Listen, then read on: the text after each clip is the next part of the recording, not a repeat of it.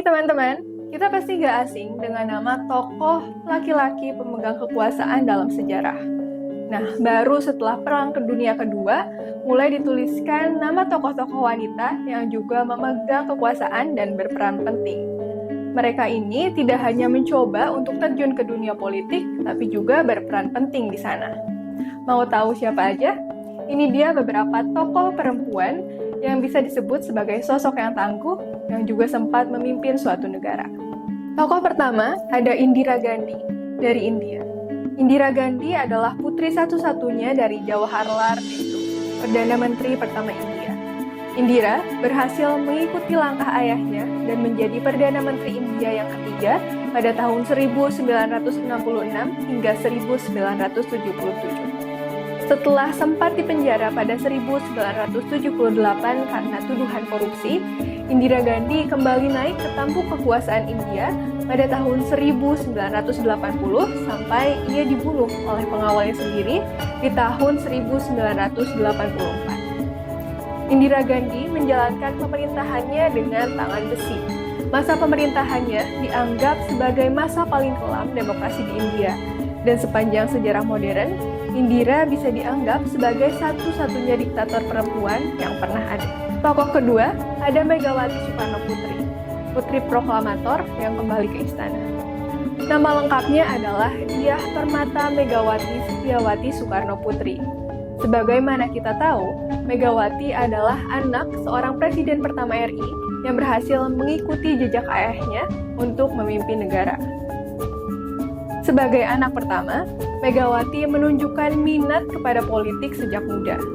Namanya mencapai popularitas tinggi setelah ia memenangkan kursi Ketua Partai Demokrasi Indonesia pada 1993. Meskipun kurang pengalaman politik, namun PDI mendapatkan dukungan yang besar karena nama besar Soekarno sebagai proklamator.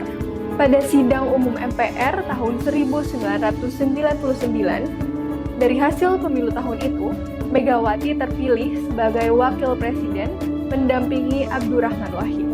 Selanjutnya, kurang 2 tahun menjadi wakil presiden, pada 23 Juli 2001, Megawati diangkat menjadi presiden untuk menggantikan Gus Dur yang diberhentikan oleh MPR.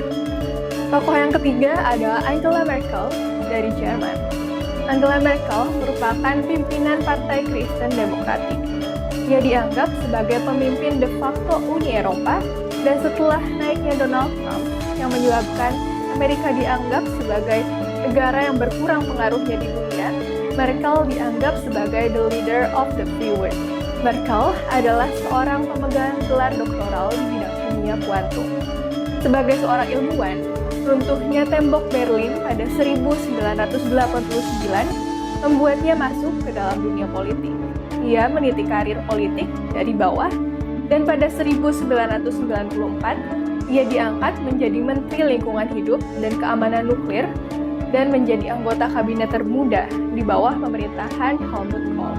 Pada 22 November 2005, ia naik ke tampuk kekuasaan Kanselir, jabatan yang setara seorang Perdana Menteri bagi Jerman, hingga 2021. Ia adalah wanita pertama yang memegang jabatan tersebut dan kanselir terlama kedua dalam sejarah Jerman.